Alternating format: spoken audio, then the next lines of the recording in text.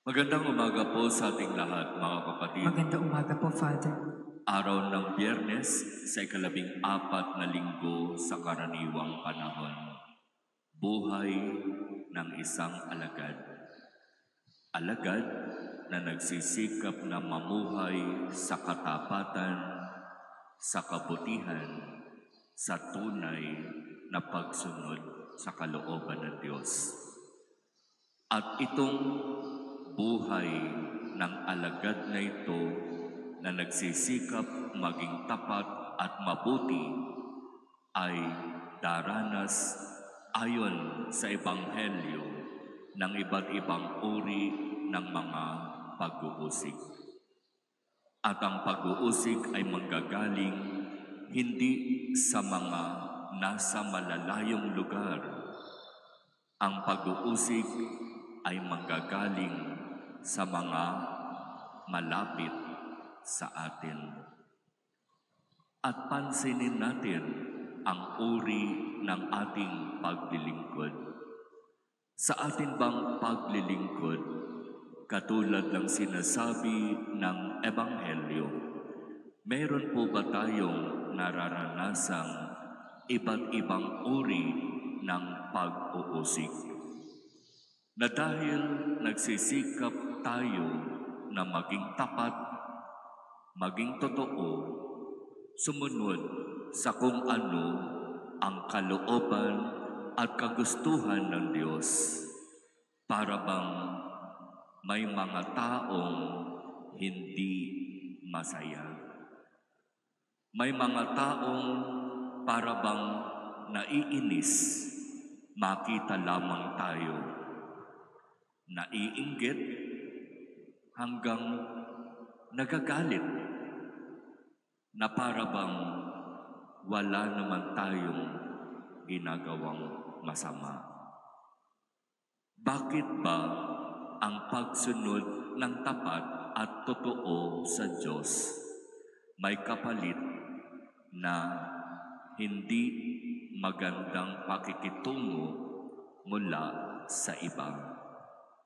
At sinasabi pa rin ng Ebanghelyo, ang pag-uusig ay maaaring maranasan sa loob ng pamilya,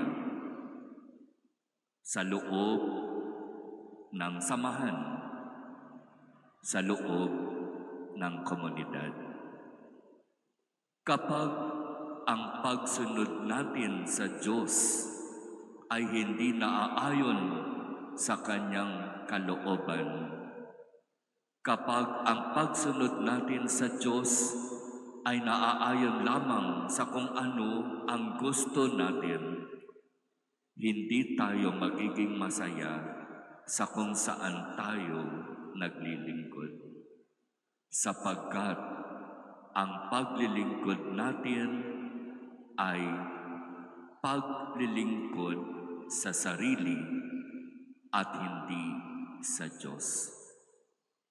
Mga kapatid, kapag pagninilayan nating mabuti ang ipinapaalaala ng ating Ebanghelyo, masasabi natin na talagang napakahirap ang maglingkod sa Diyos. Yung tipong ikaw na nga yung nagsisikap na maging tapat, maging totoo, magpakabuti, makasunod sa kalooban at kagustuhan ng Diyos. Ikaw pa yung makakarinig ng iba't ibang mga hindi magandang salita. Ganyan tayo. Mahilig tayong magbitaw ng salita kapag tayo ay hindi pinapaboran. Kapag pakiramdam natin, left out tayo sa samahan. Mahilig tayong magbigay ng mga komento o ng iba't ibang hindi magandang salita kapag pakiramdam natin hindi tayo kasama. Kaya sa totoo, napakahirap ang maging tapat.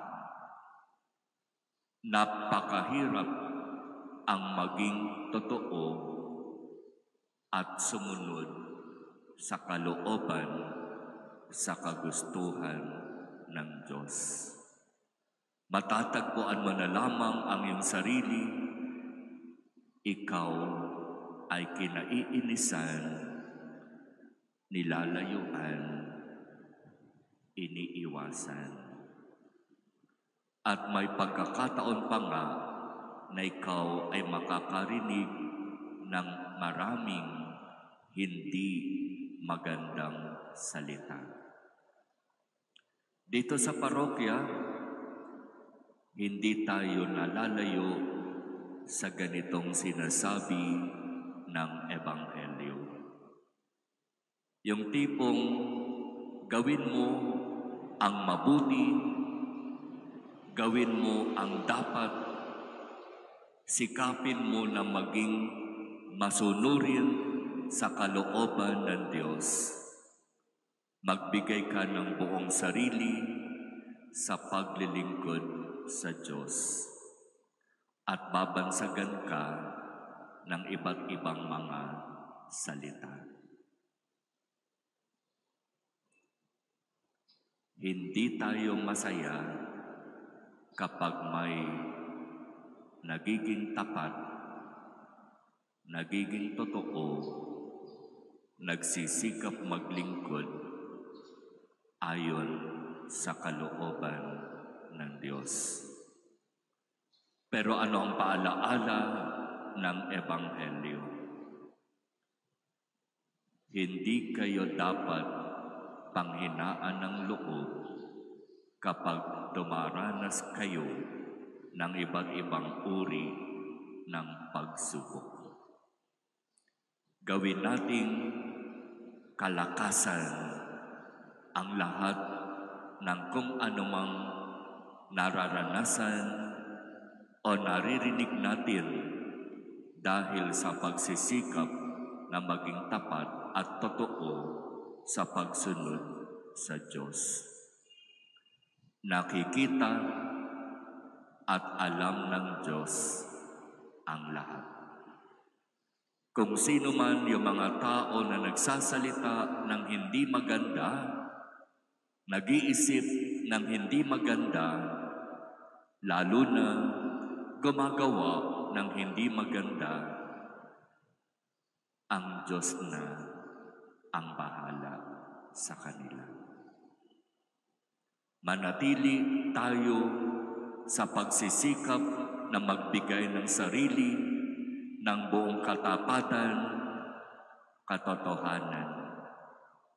Magsikap tayo na magmakaawa sa biyaya ng Diyos na sa kabila ng lahat, patuloy tayong makasunod sa Kanyang kagustuhan, sa Kanyang kalooban.